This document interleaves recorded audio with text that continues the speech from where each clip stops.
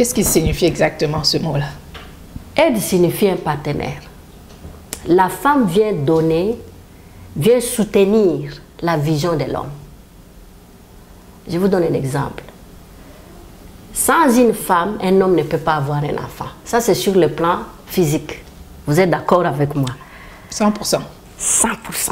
Alors, si sur le plan physique, un homme ne peut pas avoir un enfant avec une femme, sans une femme, c'est sûr que sur le plan spirituel, si l'homme ne confie pas sa vision à la femme, c'est difficile que cet homme puisse voir sa vision se réaliser.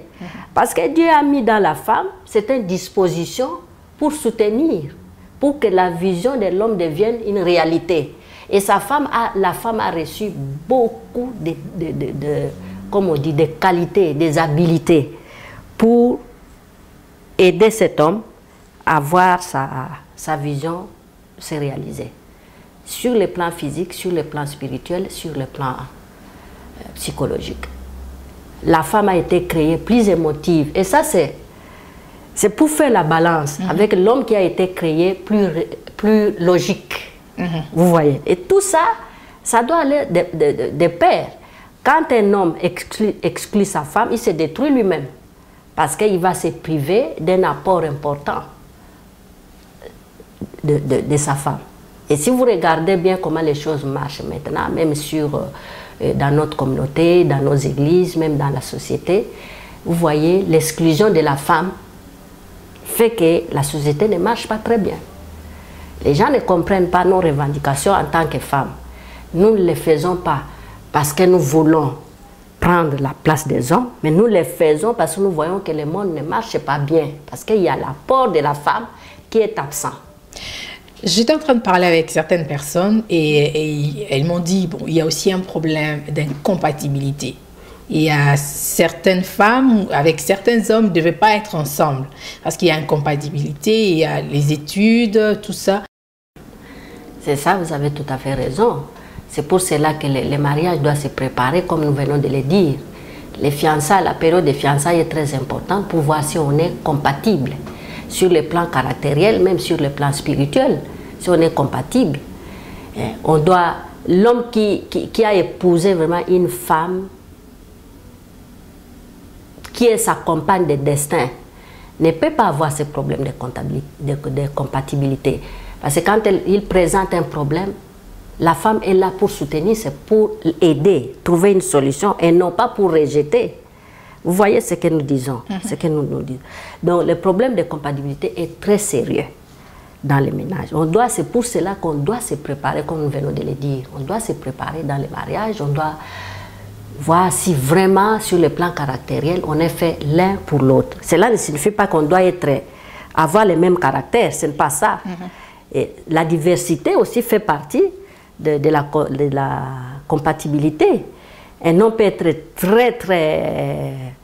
par exemple, très colérique, et avec une femme qui est tendre, tout ça, c'est pour permettre à cet homme, pour créer une certaine balance, un certain équilibre. Moi, je vois très mal, par exemple, un homme qui a un appel en politique, puis épouser une femme qui ne comprend rien en politique. Je ne vois pas comment cette femme va aider cet homme à réaliser son rêve. Donc vous voyez, ça fait partie de ce que nous disons là. Donc mais déjà avant les mariages, il faut déjà parler. Il faut parler. Qu'il y ait la communication, que chacun puisse dire ce qu'il attend de la vie, qu'est-ce qu'il veut faire dans la vie. Oui, c'est très important. Malheureusement, pendant les fiançailles, on est plus amoureux l'un et l'autre, on ne fait pas attention, et même au caractère, même au background de l'autre, on ne fait pas attention à tout ça, alors que c'est très important. Et surtout sur le plan spirituel, c'est très important. On doit être capable de se dire que oui, avec cette femme, je peux aller de l'avant. Oui, avec cet homme, je peux aller de l'avant. On doit arriver à à se mettre d'accord. Oui, vous avez dit là que la femme est laide. Mais quand on se marie, la femme aussi vient aussi avec ses idées, avec ses rêves.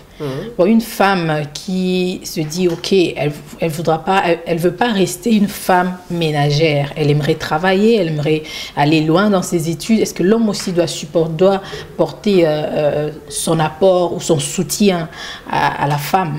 Absolument, absolument. En tant qu'être humain, chacun de nous a un rêve pour sa vie. Absolument, c'est très important. Il y a des femmes qui sont faites pour travailler. Il y a d'autres qui sont faites pour être des ménagères.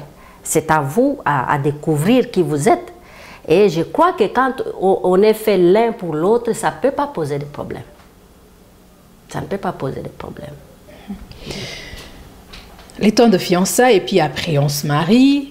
On est à la maison, la femme va travailler, l'homme aussi travaille. Sur le plan financier, comment ils doivent s'entendre pour qu'il n'y ait pas de conflit?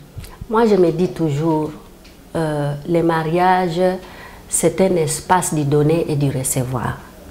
C'est un espace de la vérité, c'est un espace de la transparence. C'est un espace du sacrifice mutuel. C'est un espace, j'ai toujours dit, le bon mariage, c'est l'amour sacrificiel. Savoir les besoins de l'autre et essayer de vivre toujours pour faire plaisir à l'autre. Et de ce fait, je vois très mal quand les gens sont mariés, ils ont par exemple des finances séparées. Je vois ça très mal. Ils doivent se mettre ensemble, ils doivent travailler ensemble, ils doivent gérer ensemble, ils doivent savoir là où ils veulent arriver. Sinon, ça ne peut pas marcher. Or, c'est ça, la pomme de discorde souvent à la diaspora. Souvent, vous voyez, la femme travaille, l'homme travaille, chacun envoie son argent à sa famille, fait ses... Je me dis, ce n'est pas ça le mariage. Le mariage doit être un espace d'amour où vraiment on doit manifester l'amour de l'un pour l'autre.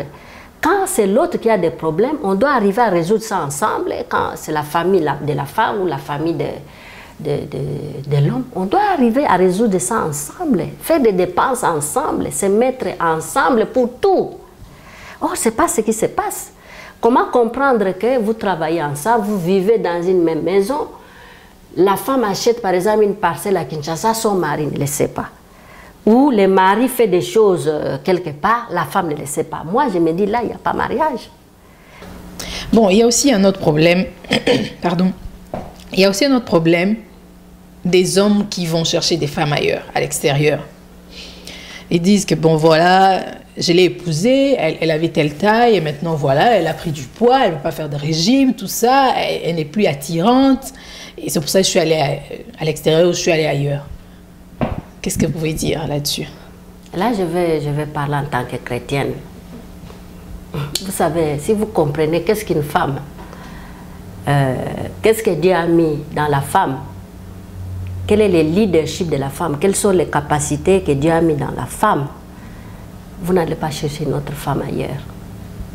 D'abord, la femme a la capacité d'influencer les décisions d'un homme. Et imaginez maintenant que tu as 2, 3 femmes. Tu as combien de personnes